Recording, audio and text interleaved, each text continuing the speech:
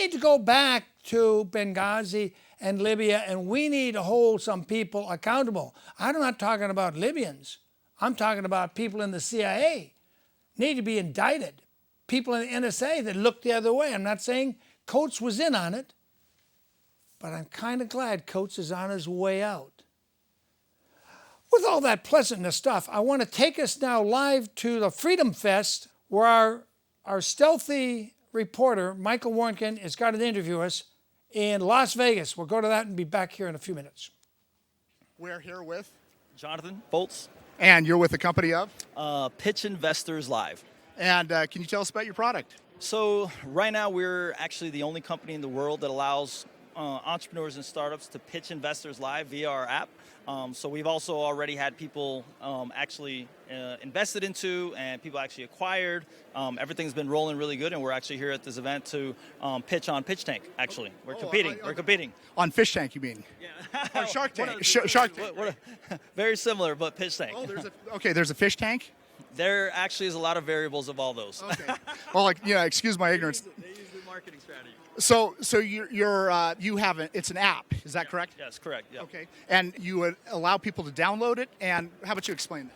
Okay, so basically pretend that you're an entrepreneur or startup and you're looking to get your next raise of capital, whether it's like friends and family, a Reg A, you'd put your summary on the website. So pretend you guys are looking for funding and you're like, okay, let's go ahead and put a summary on the website. We're looking for a $1 million investment and a 10% equity stake. So it'd go onto the platform itself, and kind of what you can say is some people call us Shark Tank meets Kickstarter meets online dating. So pretend that you put your summary up. Investors would now come into the app and they'll left swipe the projects they don't like and they'll right swipe the projects they do like. So pretend they like your project that you're raising $1 million for. When they right swipe it, you automatically get a notification that says, hey, Kevin Harrington, for example, one of the guys in as one of our investors that's investing into companies, he'll say, hey, go ahead, I'm going to be able to pitch you live. So you'd look at him actually.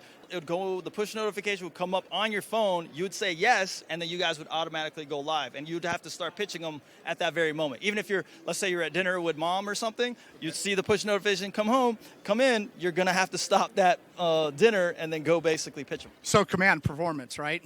Yeah, I guess, yes, yeah. And I'm going to assume it's like, say, a Shark Tank where people will have the options for equity or anything else. Yeah, so it's like you can do, so what's been happening on our platform, some people are giving up equity, some people are looking for strategic partners, some people are looking for advisors, and actually people to just get exposure for their business.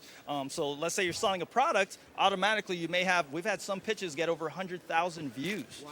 So some people are getting major exposure, and then they're getting business out of it also, not just being able to get an investment from it too. Interesting. Well, how long have you been around?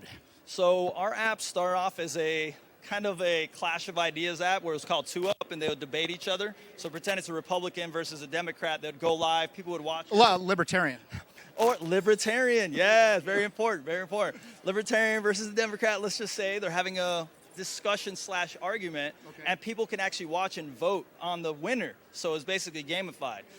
That ended up spinning into Pitch Investors Live, where we're allowing the same type of concept, but now it's actually an entrepreneur versus a investor, and people can watch and ask questions as the live is happening. Interesting. Wow.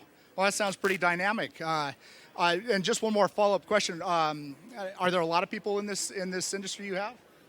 Yeah, there's a lot of people. Of course. I mean, there's all around the world. There's worldwide millions of investors and hundreds of millions of entrepreneurs that are basically looking to take their business or idea out to the world. Inventors, startup companies, and people that just don't have the opportunity. So imagine you don't have to be in New York City or Silicon Valley now to get in front of an investor, because it's extremely expensive. You have to have the connections. So if you're in Venezuela where there's hyperinflation and you have a great idea to help the economy, what can you do? There's nothing you can do. You can't even get out of the country. But now on our platform, you could pitch a Silicon Valley investor.